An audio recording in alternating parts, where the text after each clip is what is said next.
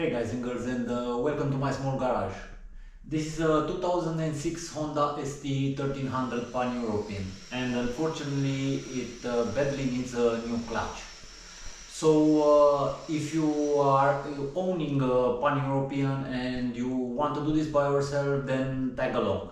I will guide you to the process. I will take it step by step, and I will follow the manual instructions, and I will also give you some pointers of what you have to be careful when you change the clutch on your bike. But first, let's take a look at the parts and also the tools that we'll use. We'll need the manual. We can do without it, but it's good to have it. We'll need the clutch friction plate, steel plates, and also the springs. We'll also need these two rubber seals that will go onto the dowel pins. You'll see about that later. The water pump seal, the clutch cover gasket, and of course oil and filter, coolant, brake fluid to change the fluid of the clutch, and some gasket remover. This is very important because it is reported that it's a pain to remove the gasket from the clutch cover.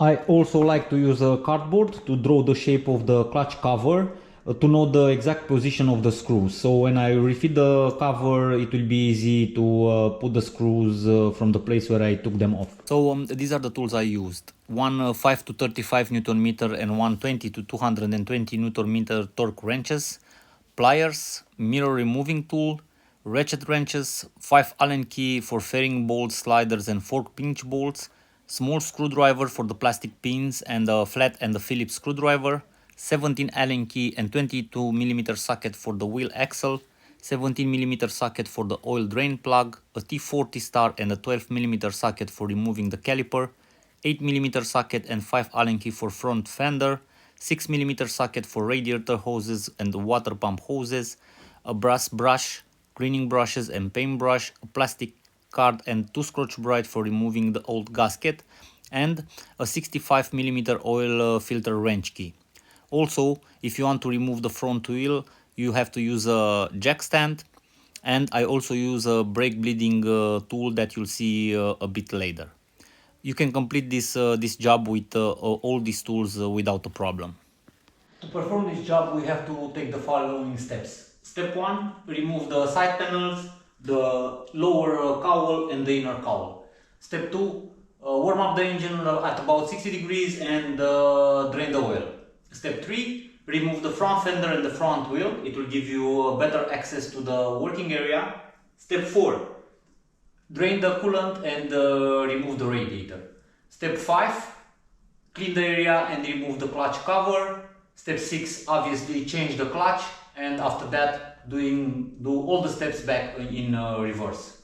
So let's start with removing the fairings.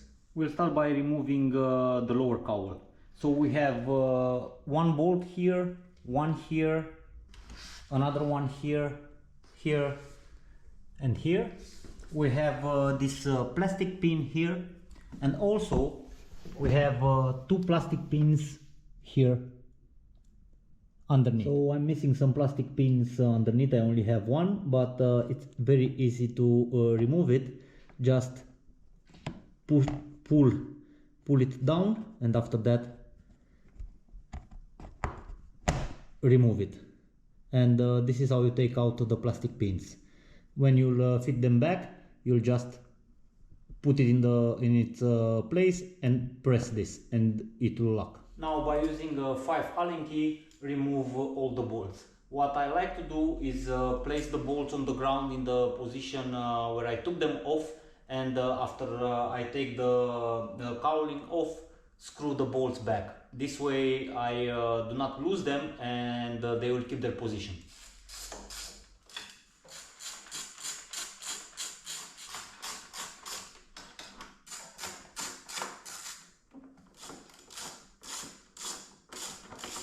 And last is this plastic pin here. You just have to press into its center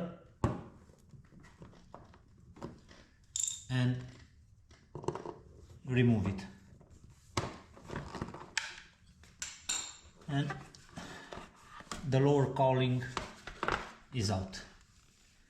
As you can see, I laid down the bolts in their approximate position, so now I will refit them to their place. And lastly, I also want to fit these. Push it through the hole and press it. Next we'll remove the inner cowl, which has two Phillips screw there and one plastic rivet here which I'm missing, and another one right there. Remove all of these and remove this trim.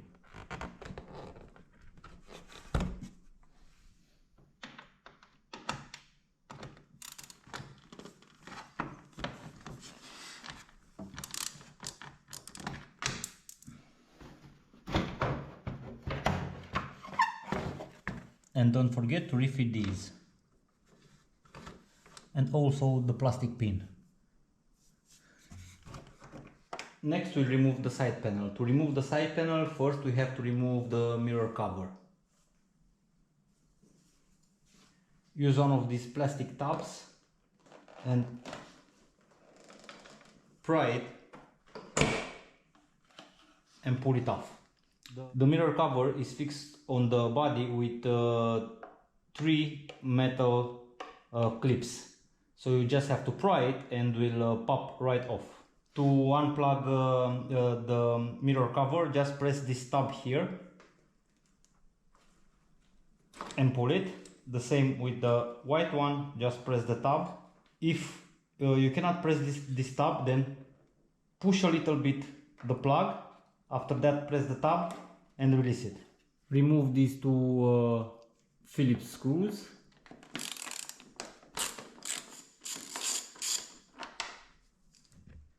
Next we have to remove this inner trim, so we have to unscrew this bolt and pop up these 3 plastic trims, and also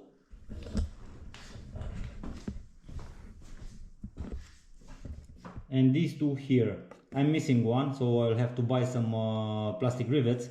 Pop them off, pop the ones under the headlight, and remove this side trim.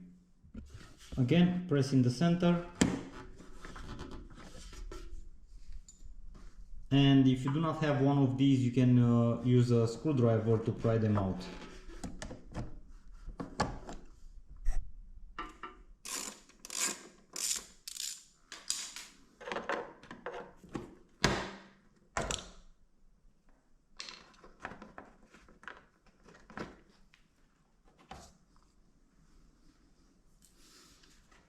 And now just take it off. Move on to remove the slider. Again, Allen key 5.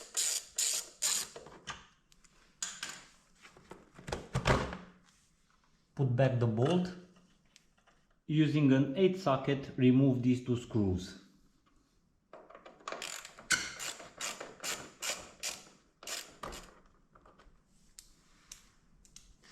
Move up to this bolt.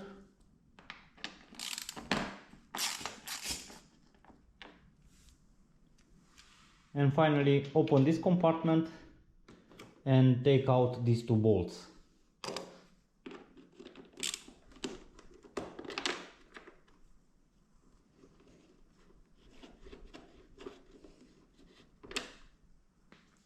And now you can remove this fairing.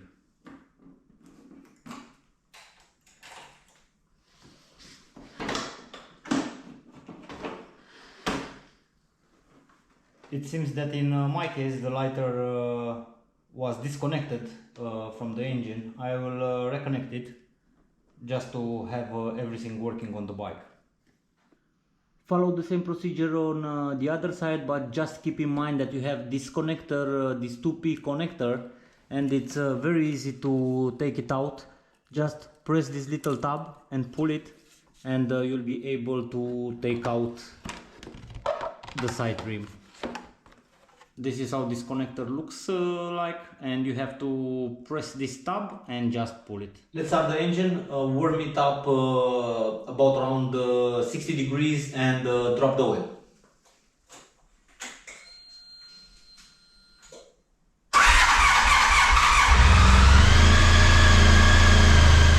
The engine is warm enough. Now we have to remove the right cylinder cover, and to do that, just pull it from the rear part, and after that slide it. It has one pin here and two tabs here who are coming under this plate. The cover is removed, so now we have to take out the oil filler cap. But before that, just clean a little bit the area so you do not have any dirt or debris going into the engine.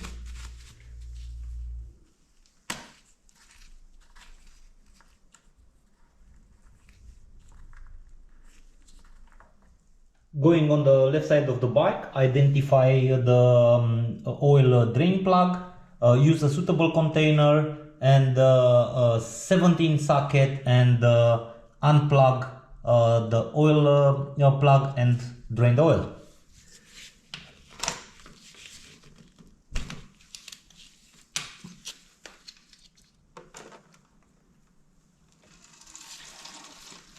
Check the washer of the oil drain plug, and if it looks good, reuse it. If not, change it and put a new one. So let's refit the oil drain plug and torque it to 29 Newton meters.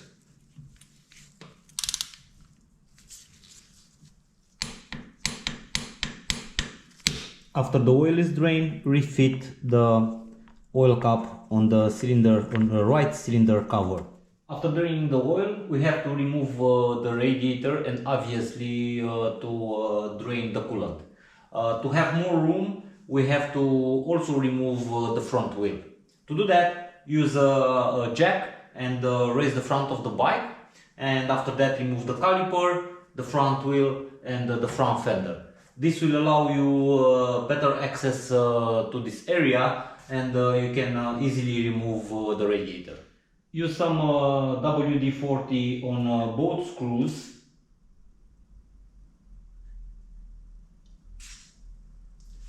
And 5 imbus, and take out the caliper. Also have at hand some piece of string, because you have to support the caliper and not let it hang on the brake lines. That might damage the brake lines. So just use a string, a piece of string, and you'll see how we can support it to the bike.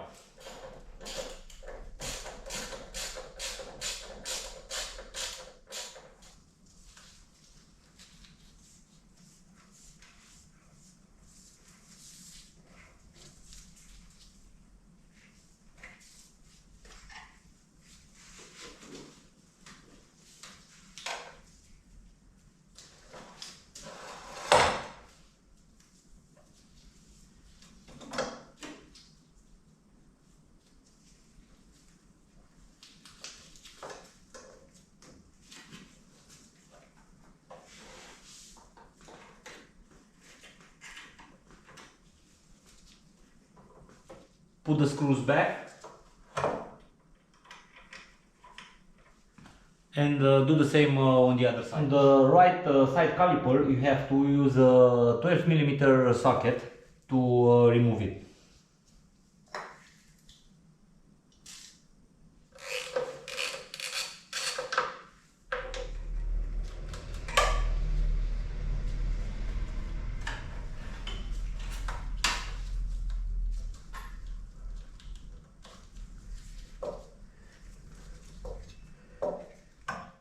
To remove the wheel, we have to loosen the pinch bolts and remove the axle screw. For the pinch bolts, you need the same 5 imbus. It's enough to loosen the pinch bolts, and for the screw, you need a 22 socket. It's important to use 6-point sockets. Do not use 12, you might damage some screws.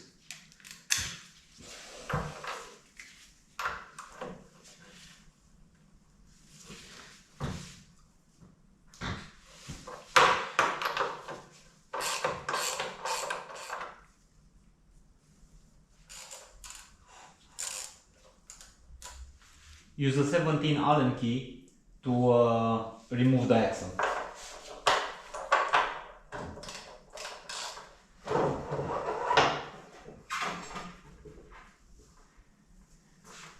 Put back the screw and put the axle aside.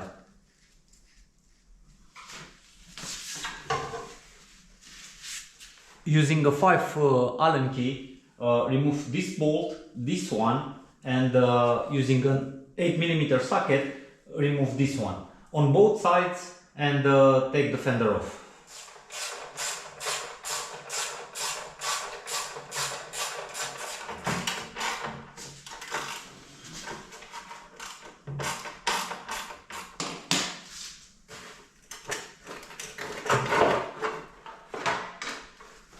And the fender is off. So this is where those nuts have to go in. So be careful not to lose these ones.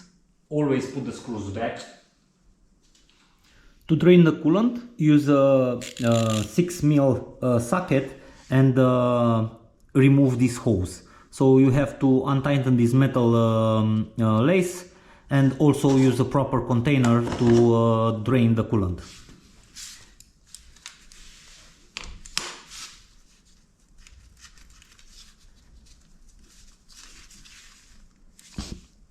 So obviously this hose it's stuck on this one. Use a screwdriver to pry it a little bit or try with your finger, but carefully because you do not want to damage the hose.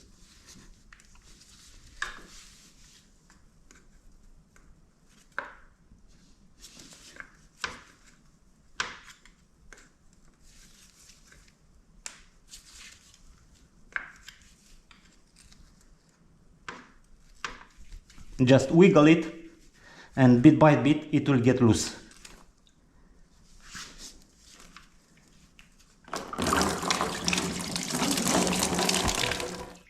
To help the coolant drain, also remove the radiator cap.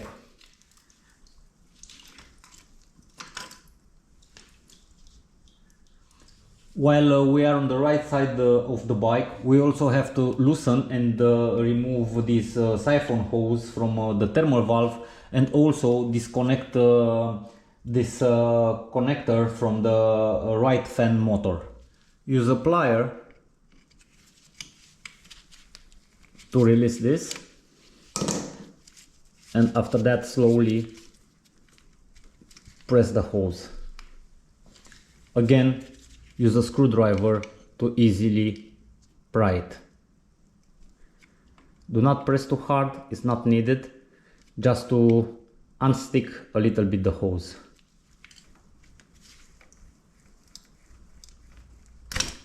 To remove the connector, just press this tab and pull the connector down.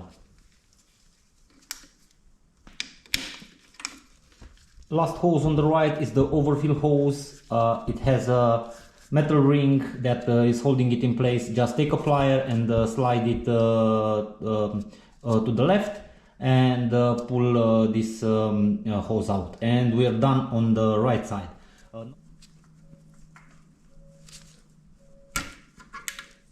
Be careful not to slide this on the hose, it will be difficult to retrieve it. Use a thinner screwdriver to unstuck a little bit the hose, and after just pry it out with a screwdriver. And this is it on the right side of the bike. Using the same 8mm key, release this metal necklace, and also disconnect the left fan connector.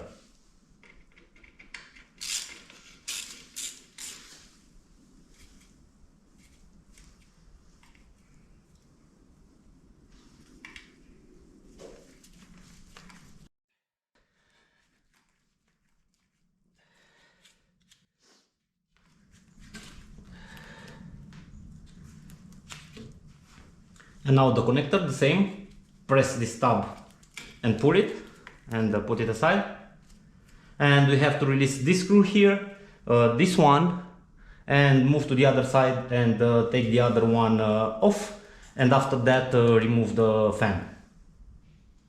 Use the same 8mm socket to remove this bolt and this bolt.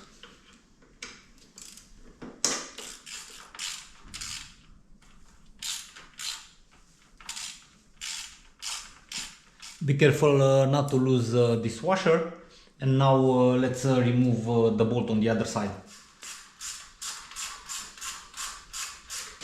Now it's just a matter of unhooking the radiator carefully, not to drop it or break anything.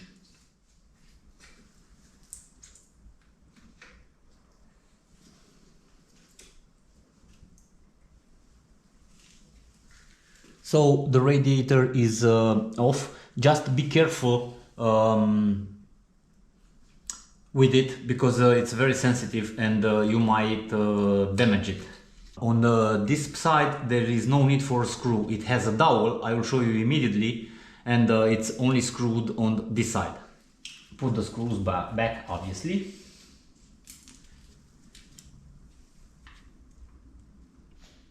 So on this side you do not need a screw. The radiator is hooked and only screwed in on the other side.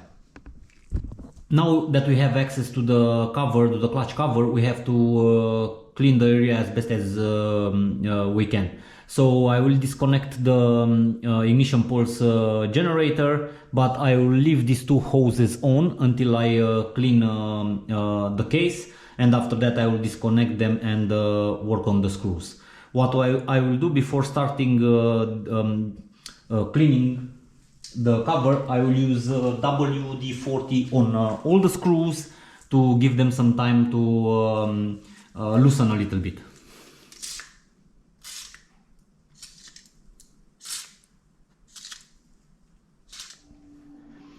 To remove the ignition pulse generator, just press this tab and slide it, and it's off.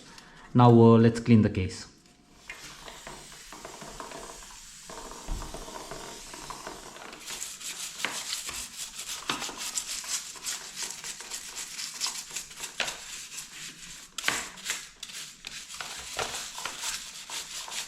After I took most of the gunk with car detergent, now I will use brake fluid and the brake fluid cleaner, and I will finish the job.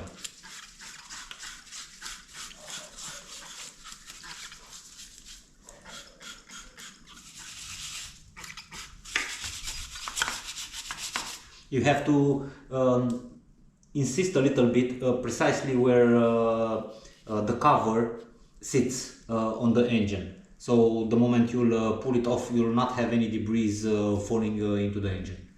The cover is clean, so now I will have to remove these two hoses, but before that I want to make another round with WD-40 on each screws. The cover has 22 screws, and when we remove them, we'll put them in the same position. You'll see how. Again, the 6mm socket. Release these metal ties, slide them up,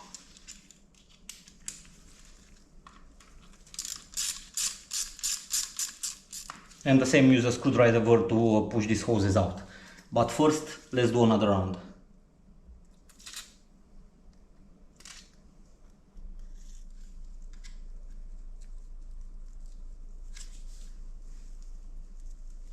Use something like that to push them.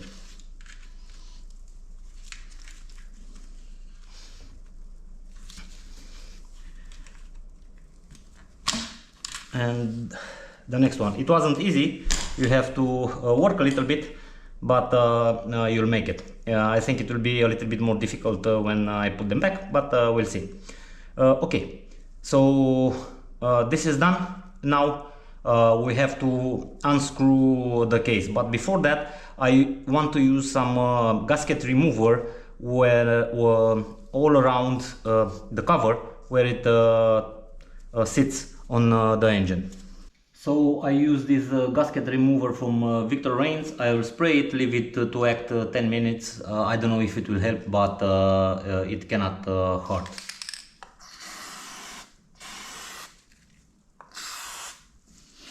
That's it. Leave it to sit for around 10 minutes, and in the meantime I will show you what the cardboard was for.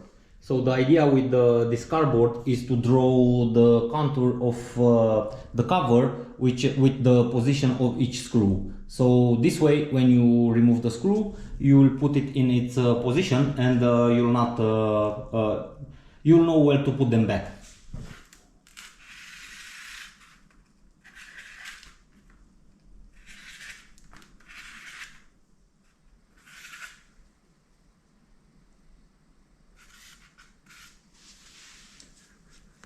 Well, I'm not Picasso obviously, but it will do the trick. So now I'll put some hole in each of these places, and I will just put the screws in their position while I pull them out. Time to unscrew the bolts. There are 22 bolts. These 3 are shorter than the rest, so I will start with these 3, and after that you have to go in a crisscross pattern and remove all of them.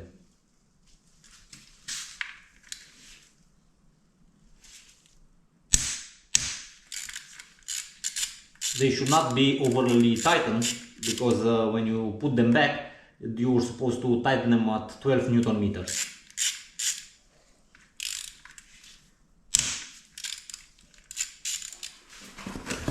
Once you remove a bolt, just place it on its position on the chart that you drew, and this way you'll never confuse their position.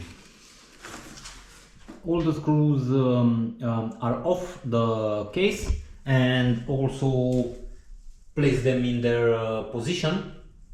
So now we have to remove the case, and you just want to pry it a little bit. You do not want to take it off all of a sudden, because here under the water pump there is a driven sprocket. So it is reported on forums that sometimes when you pull out the cover, you might pull the driven sprocket from its dowel pin, and that will bring way more work to fit it back. Another tip found online: you can use this lip here and use an ratchet extender like that, and just tap this until you'll crack it a little bit. To remove the water pump cover, you have this hole here where you can put a screwdriver and bit by bit pry it out.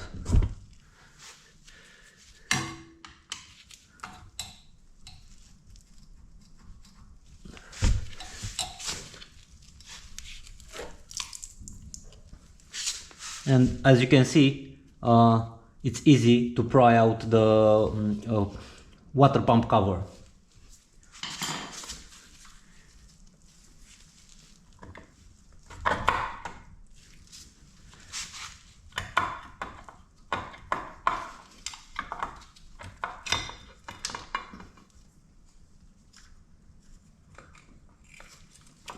Watch out for this tie, metal tie. It fell, don't lose it. And the water pump cover is off. So I'll apply the tip from the forums and see how it goes.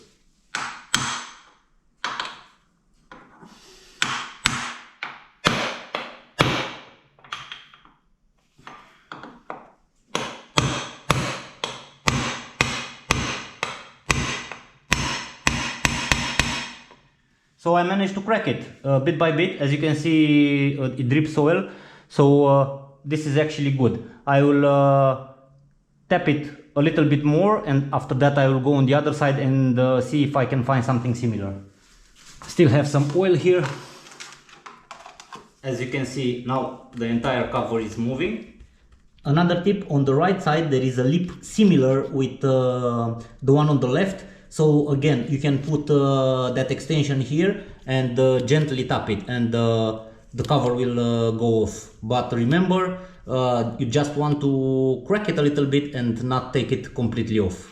So how I managed to crack it easily, I used one of this screwdriver, so it's a big screwdriver, put it here on precisely on the lip, and tap it gently, and as you can see, I cracked the cover all around. Now what I want to do, I want to increase this gap to allow me to put a ruler or something to keep the driven sprocket in place when I remove the cover.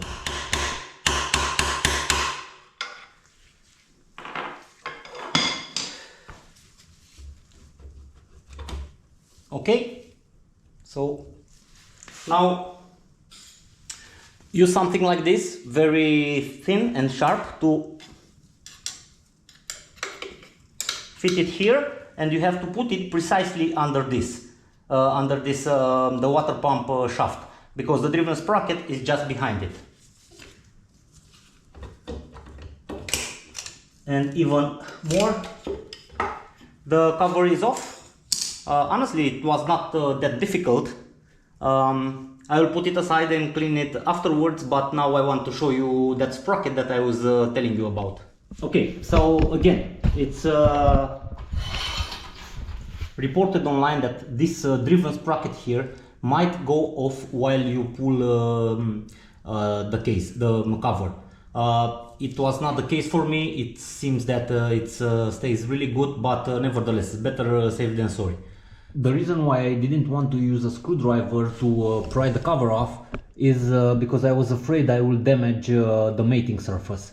So it's aluminium and it's easily damageable, and if you scratch it, the gasket might not seal the cover, and then you'll lose oil and you'll have to do everything again. So what I will do next, I will spray some gasket remover on the entire mating surface, both on the engine and on the case, clean it really well, and after that I will proceed to remove the clutch and change it. Before proceeding to clean everything, there is one thing we have to do. We have to take the clutch plates and drop them in oil and leave them for a couple hours. Now, the manual does not say to leave them for a couple hours or overnight, how some people are doing it. The manual say just to coat them, both the clutch plates and the disc plates, with oil and mount them. Nevertheless, I will leave them for a couple hours while I'll do the rest of the job and see how it is. These are the clutch plates. One of them has a bigger inner diameter. That one will go first. In the manual it's clutch plate B. You'll see it later. So let's put them here and drop some oil on them. And that's it. I will leave them to sit in oil, to soak in oil for a couple of hours. I didn't use the oil that I will put in a bike, obviously. I also used 10WD-40 with the same specification. After you take the cover off, you have to be careful with these dowels. You'll replace these O-rings here. It's mandatory to replace them when you pull out the cover. One stayed on the cover, the other one remained on the engine. I will pull both of them out and change the O-rings. Now let's spray some gasket remover all around and let it sit for 10 minutes and do its work. Again, to scrap this gasket remainings, you have to use a plastic scraper and not a metal one. You don't want to scratch the mating surface. Leave it for 10 minutes, while meanwhile I will clean around the engine with brake cleaner. It seems that I have a lot of gunk here and a lot of mud, so I'll have to clean this really good. Look at that. Again, use some brake cleaner and clean everything off.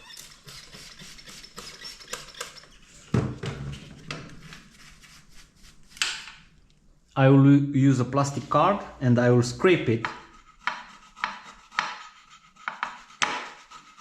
bit by bit. The gasket remover does a good job, but you have to use a lot of it and really work. This I think is the most demanding job of changing the clutch to this bike. The process is simple. Spray some gasket remover, let it stay for around 10 minutes, scrap what you can scrap. Spray again gasket remover, let it stay, scrap what you can, and so on until everything is clean. Finish with the cleaning. It took me around 3 hours. I honestly believe this is the most exhausting job on this bike. I went through almost the entire bottle of gasket cleaner remover and 2 Scotch Brights, and my plastic card is gone. But the result is good, and when I will fit it, I will have a perfect contact. The cover also looks very good. You cannot see it, but if you use a magnifying glass, you will see that there are some crisscross grooves on the entire length and surface of the mating surface. So if you use a metal scraper, you might damage those, and who knows, you might have a leak, an oil leak, and you do not want to do that. Just have patience. Even if you are tempted to use a metal scraper, don't. Take your time and do it properly, and the results will pay off. Using a 10mm socket, remove the 6 bolts of the pressure plate, but remove them in a crisscross pattern.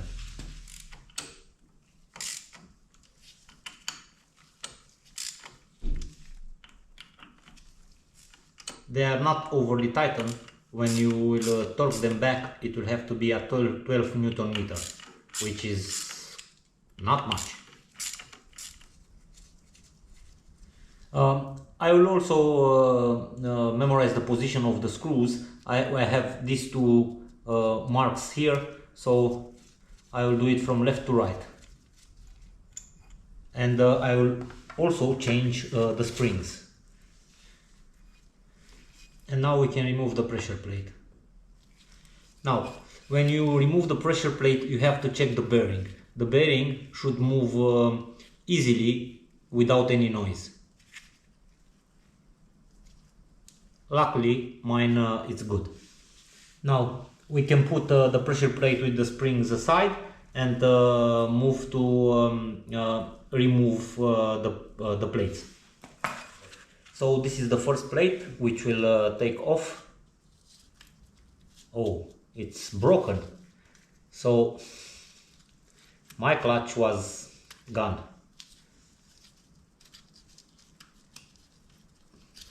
$130,000 kilometers, and yeah, this is all that remains of it.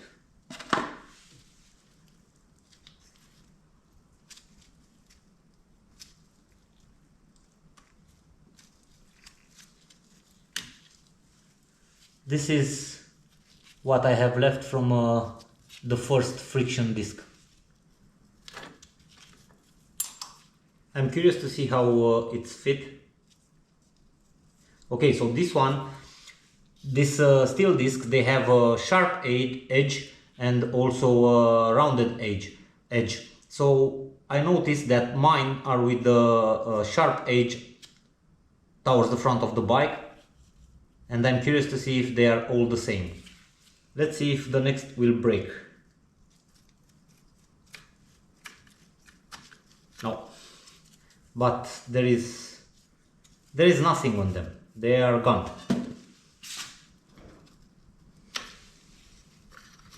And the last friction plate, B, which has a bigger diameter than the rest of them. All my steel discs were seated in the same way, with the sharp edge towards the front of the bike and the rounded edge inside. I will put the new plates, but first I will check a little bit the seat and the spring, if everything is okay. There is a spring here, a convex spring, who pushes these plates toward the pressure plate. Okay, so let's put the new discs. So the friction plates are ready. They stayed around 3 hours in oil, but remember, you don't have to let them a lot of time in the oil or overnight. In the manual it says that they just have to be coated, and the same for the steel discs. So let's put them in. First that goes in is the friction plate B.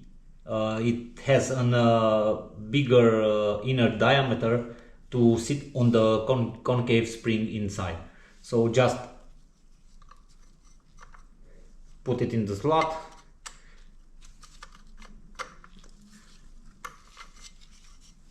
and after that take a steel plate, coat it with oil,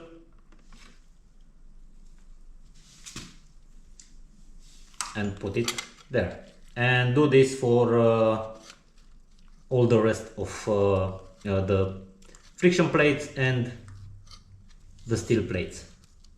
The steel plates are going with the sharp edge in front of the bike, and the softer edge, the rounded edge, towards the back of the bike, precisely how they were fit.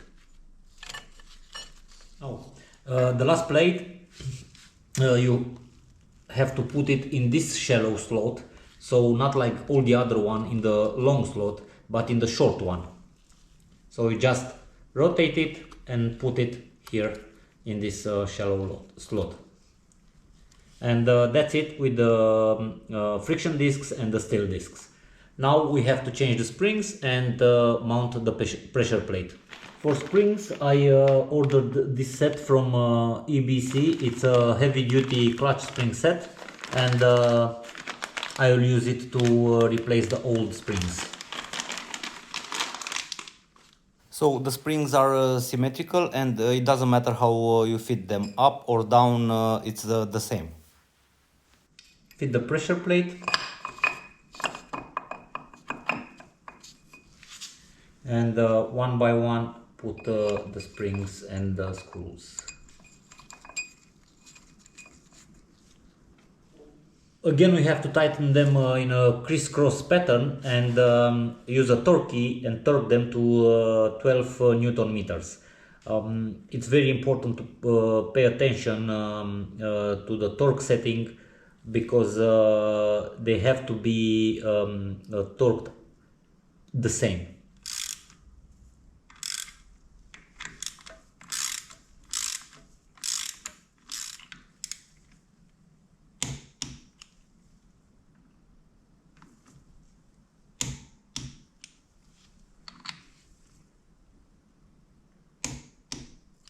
So 12 Newton meters, I will recheck them and finish with the pressure plate bolts. Time to fit back the dowel pins. The dowel pins from the coolant circuit. So we'll use the new O-rings and put them on the dowel pin and just insert them in their place. I already cleaned the dowel pin sets, so it's just a matter of putting them back. Next we have to clean the water pump cover and prepare it for the new seal. So let's remove the old seal.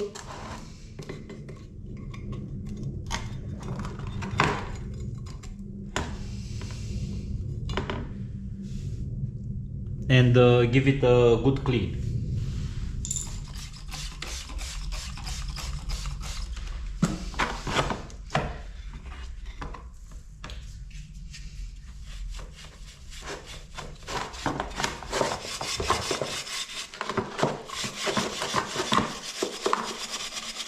For the water pump cover, you can use a brass brush to clean the channel.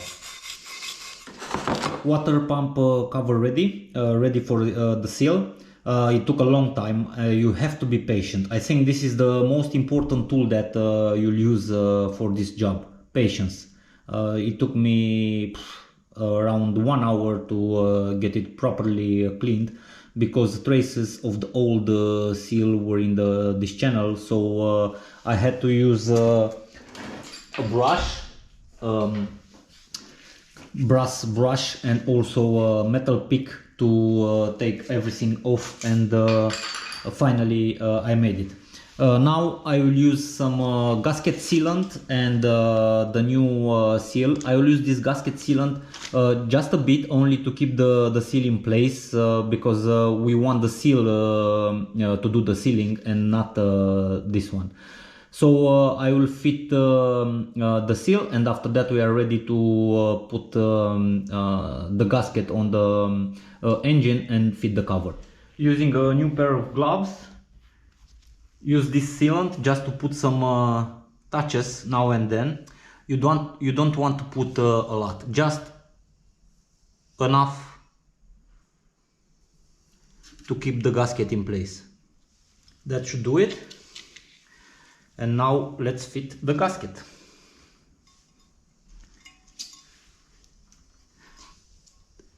This channel has these little grooves here, so the gasket should go under them.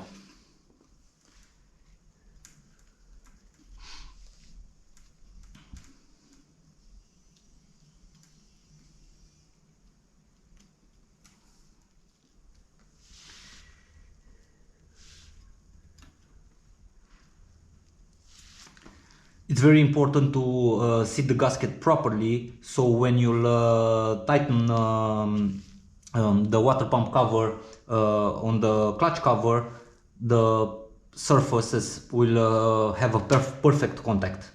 One tip: use your finger to try to pull the gasket easily, and where you see it moves, just use a little bit of gasket sealant. And this way, for example here, if you can see it, it moves really easy. So I will just push it a little bit, put some sealant, and here, and after that fix the seal. You want to do that to make sure it will stay in place when you remove it, because if it moves and it doesn't stay precisely in this channel, then the contact will not be perfect. Finished with the seal on the water pump cover. Let's put the gasket. Be sure that you have a new pair of gloves which are clean. So in the manual it says first attach the gasket, and after that this water joint dowel pins. So we'll remove them. Replace these dowel pins. The gasket will stay on them. Let's give it a final wipe with brake cleaner to be sure that the surface is degreased, and after that fit the cover.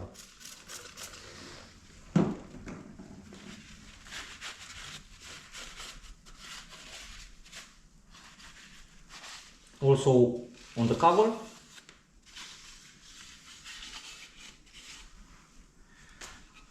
I cleaned really good both the seats of the water joint dowel pins, so I suggest to do the same because they have some deposit from the coolant on them.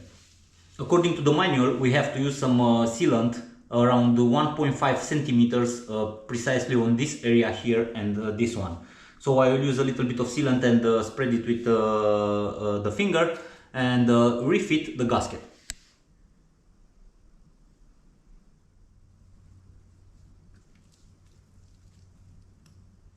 One last check before we put the gasket and refit the cover. So these are torqued, these are cleaned, the entire surface is perfectly cleaned and degreased. I put some gasket sealant on the right positions, so now we are ready to fit the gasket.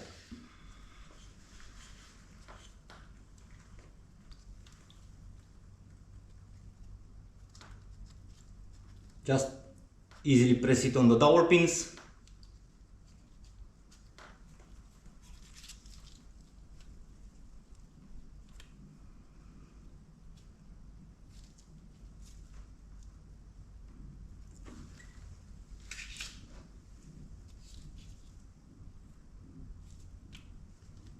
Okay, it's pretty good. Arrange it a little bit. If you believe it's needed, just use a little bit of sealant to some other places. For example, I want to use some sealant here.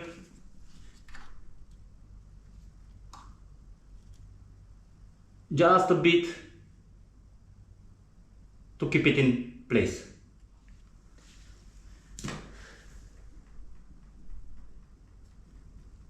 Like that.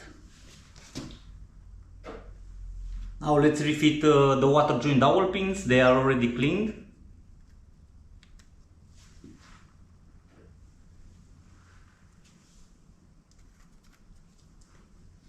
Recheck the entire surface to see how this fits. Use some sealant in other places if you feel the need. This is very helpful because it will fix it in place and you can easily align the holes. Gasket aligned, time to fit the cover. When you fit back the cover, you'll have to wiggle a little bit the water pump to go in the axle of this driven sprocket.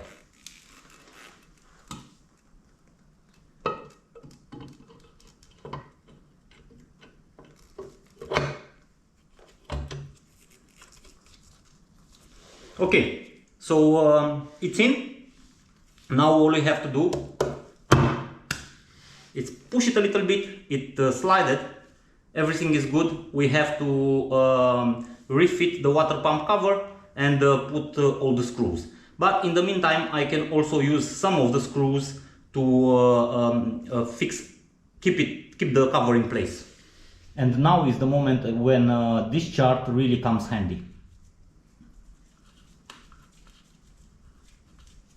When you put this back, you obviously have to put them in a crisscross pattern, and the manual says to tighten them in 2-3 turns.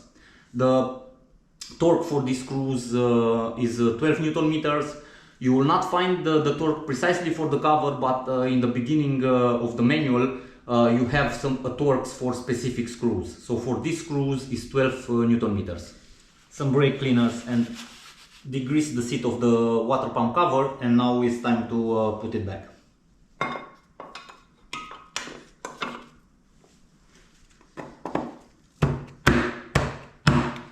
Screw all the bolts with by hand, and now the key is set to 12 Newton meters, and let's torque the screws. It's very important to respect this torque because being an aluminium body, it will be very easy to damage the thread if you don't have the correct torque.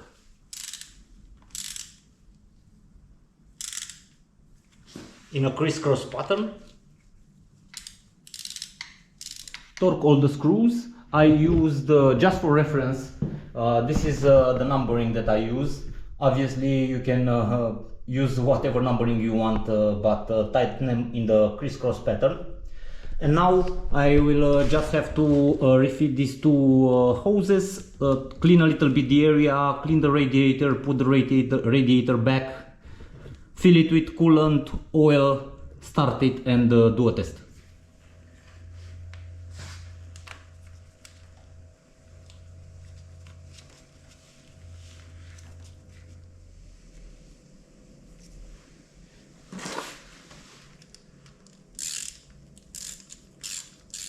I had to use this plier to help this hose get into its position.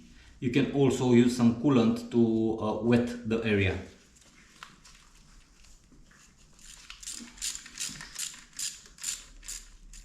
Done.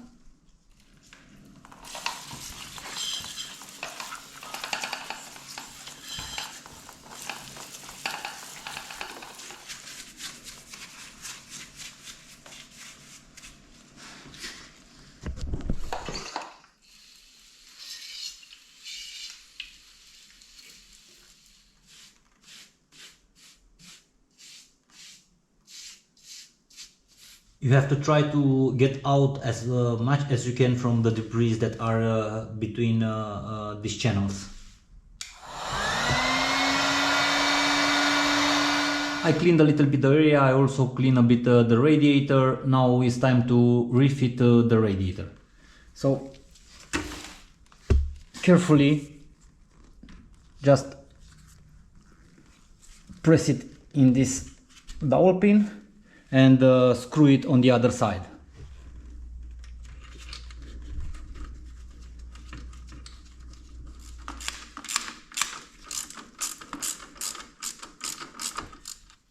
Put this screw in place and the other one. All three screws fitted. Let's put back the impulse generator connector.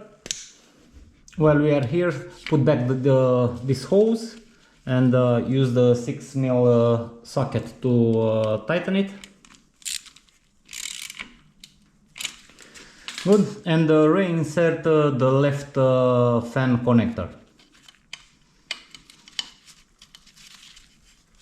On the right side of the bike, refit this hose. Done. These two, one. You have to be careful not to press too hard on these pipes because they might break. So this is one, and the overflow.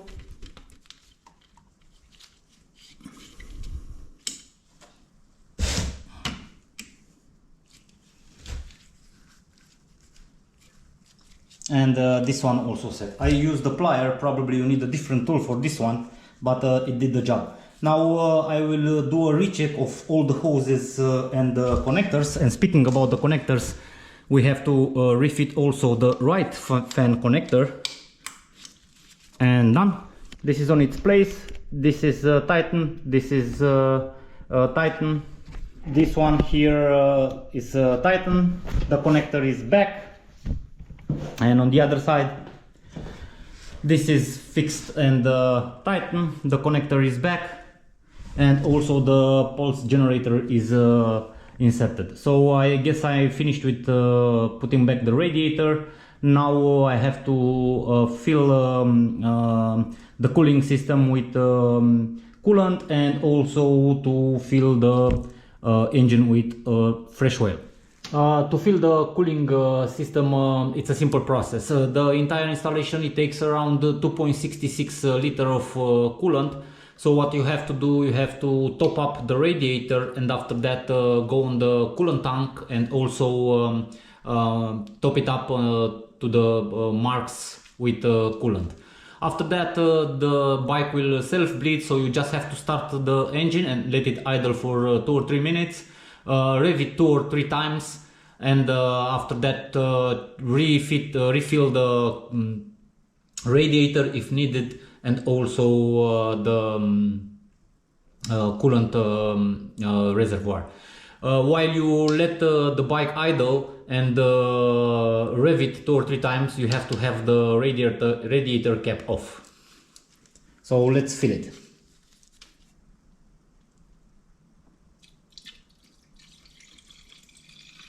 This is the upper part of the coolant tank, so this is the level where we have to fill the tank. Okay, so I put coolant right about here. I will leave it like that. What we can do to be sure that more coolant will go to the system, we can press these hoses.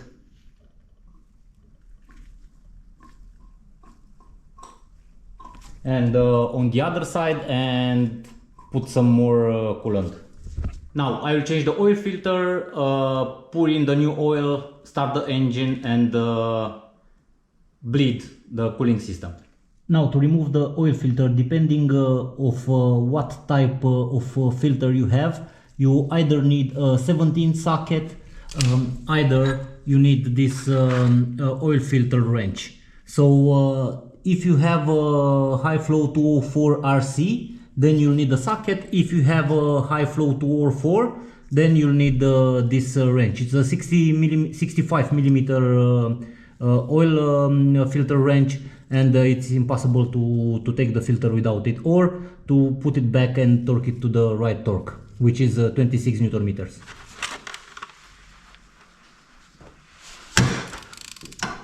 One tip, guys: if you manage to strip this oil cap bolt like I did, and you'll not be able to take out the old oil filter, just use a screwdriver, a long screwdriver, tap it through here until it goes to almost the other side of the oil filter, and after that just unscrew it bit by bit.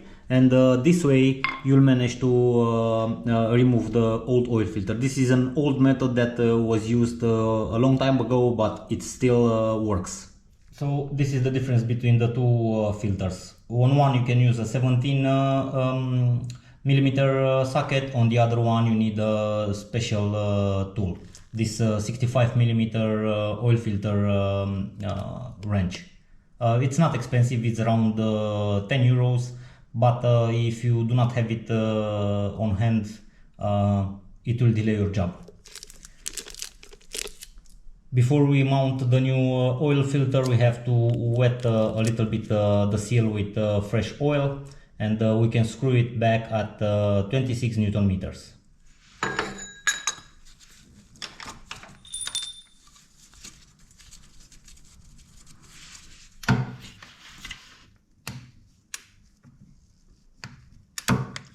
And oil filter torque at 26 Newton meters. With an oil filter, this bike takes 3.9 liters of oil. Poured in 3.5 liters. After I start the engine, I will check the level and I will fill it up if necessary. Okay, so before I start the bike, I want to refit the front fender and the front wheel, and leave the bike on the ground.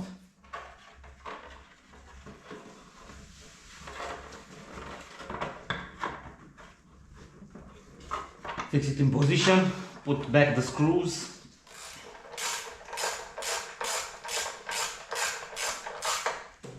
Fender is on the bike, let's fit the front wheel.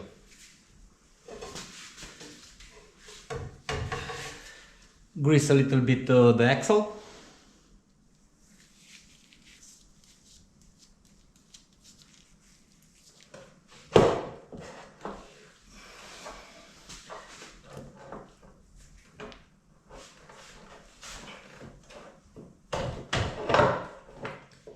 Tighten the axle bolt at 78 Newton meters.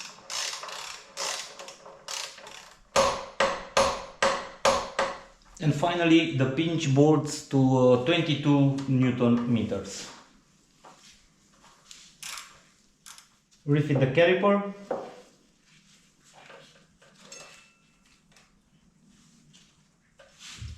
Use a screwdriver to press the piston back in the caliper. Do it gently.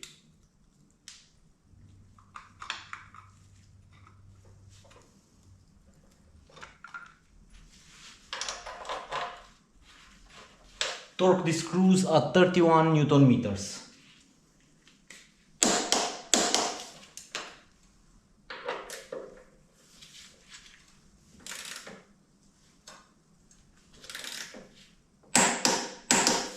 Okay, calipers on. I will drop the bike on the ground, and with brakes applied I will pump the fork for the axle to properly sit in the forks, and only after that we'll torque the left pinch bolts to 22 Newton meters.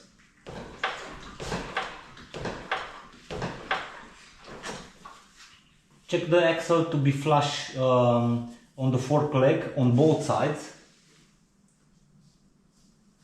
Looks good. And now let's tighten the pinch bolts, the left pinch bolts at 22 Newton meters. Done. Time to start the bike. With the radiator cap off, let's start the bike, let it idle for 2-3 minutes, and rev it 2-3 times, and after that recheck the level of coolant and top it up if needed. So we'll have a lot of fumes from the exhaust and all the parts that we splashed with brake fluid and coolant and other stuff.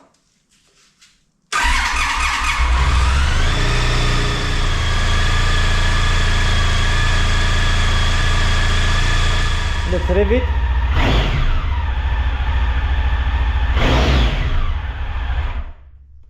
Okay, so I will top up the coolant and fit the cap, check the oil level, top it up if needed, fit all the fairings and test drive it.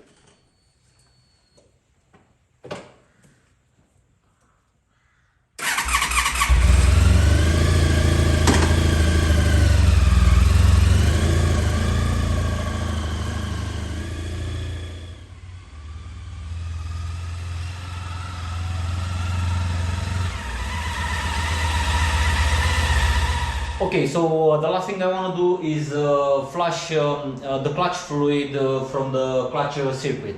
For this you need .4 brake fluid, and what I like to use is one of these sets specifically designed to flush the brakes, the clutch, whatever, in the cars, motorcycle. It's inexpensive, but it's extremely useful, and I highly recommend it. You'll have the link in the description. Also, use plenty of rags. The brake fluid, if it touches the paint, it will damage the paints, and you do not want that. The procedure is pretty straightforward. Just turn your handlebar to the right in such a way that the tank, the clutch fluid tank, it's level. Remove the cap. And after that, identify the bleeding valve, which is in the back of the coolant tank, and with a screwdriver remove the cap of the tank.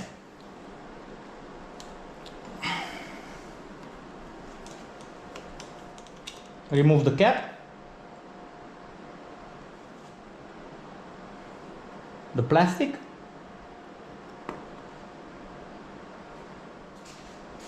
and the rubber seal.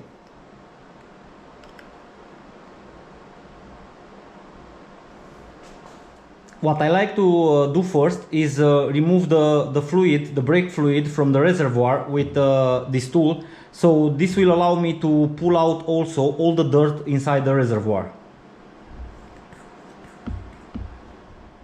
So remove some brake fluid, use a clean rag and just take the rest of the dirt if there is still dirt in the tank. So as you can see, my reservoir is pretty clean. And now fill the reservoir with fresh brake fluid.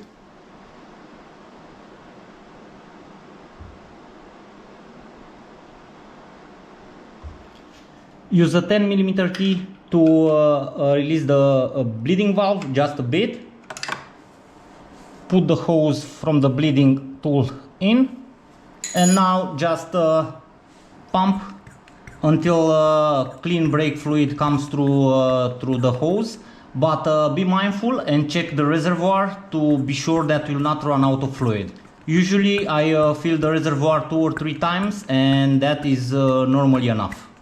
As you can see, some air bubbles are coming out. Let's check the reservoir. So that's it, guys. Clean brake fluid coming to the hose, no more air bubbles. So it's time to tighten the bleeding valve and put the cap back.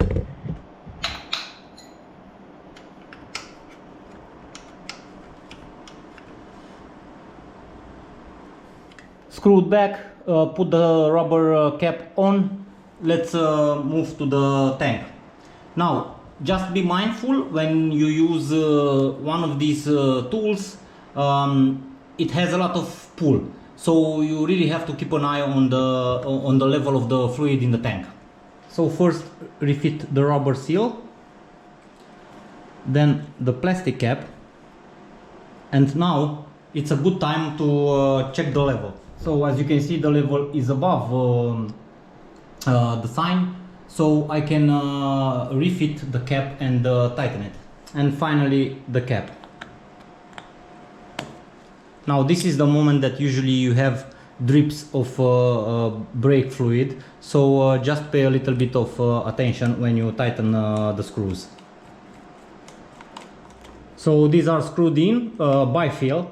Press a couple of times the clutch and see how it feels. You'll immediately feel if it's not alright. If it has a spongy feeling, then that means you have some air in the circuit, and you have to bleed it again. But normally, if you use one of those bleeding tool, all will be good. So that was it. The bike drives really good and changes when it goes through the gear without a problem. I hope you'll find it useful. It will take you 2 full days to change the clutch, providing that you have obviously all the parts and all the tools and cleaners and so on. I want to give some thanks first to Curt from the ST1300 forum. Rest in peace, Curt. Thank you for documenting first how to change the clutch on this bike.